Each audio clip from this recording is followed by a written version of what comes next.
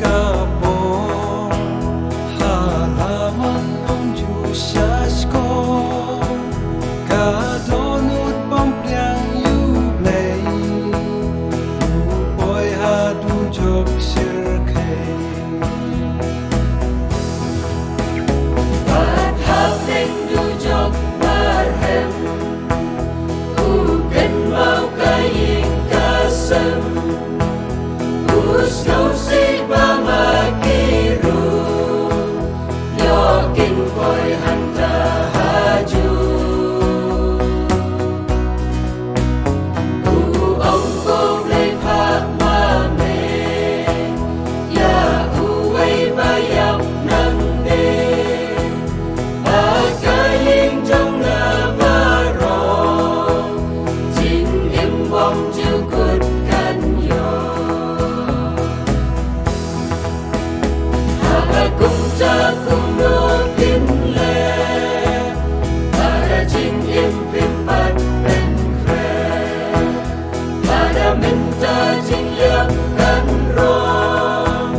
Kung urius pa sisa ngin lo Lenda pen bet pa nang ne Siya tay tang ka jing babe Sang nok loi kan bala Try utip ya kabasa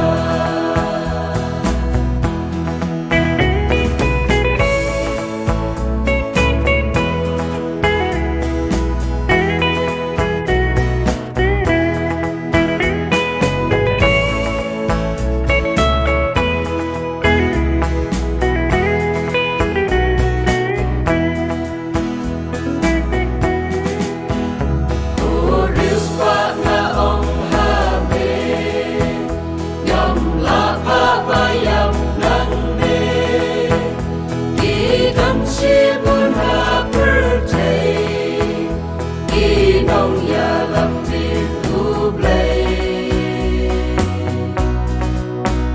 La da yin jong me ko rius pa Wan light na du jok di kwa Don ka por ba kim dela Nong ya lap ki bun menta Haga kum cha kum no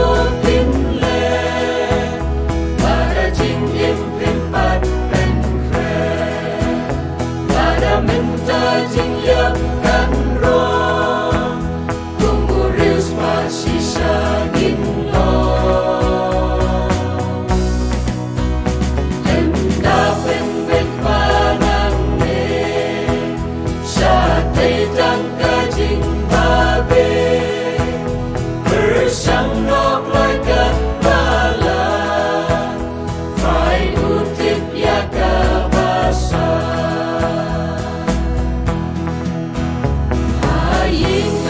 Ibun belai Balayak lempian yutrai Isi syakung urius pa Manlai na dujong kikwa Henreisen eki babli Kapor om dan syuyaki Dan kajing babe minta Om dan por bakin kala Haga kum cha kum no tin le Para jing im pim pat pen kre Para minta jing yak